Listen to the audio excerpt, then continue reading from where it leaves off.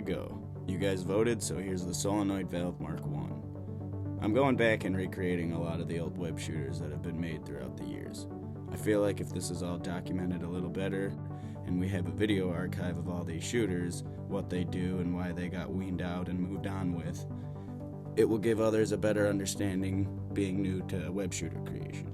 It's funny, I actually always talk the most crap about these kinds of web shooters. I really hate them so much.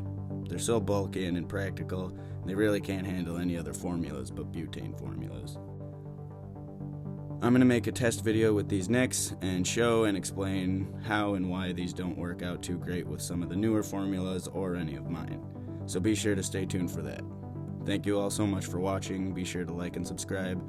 Thank you if you made it all the way to the end of this video. It was a long one. Until the next time, true believers.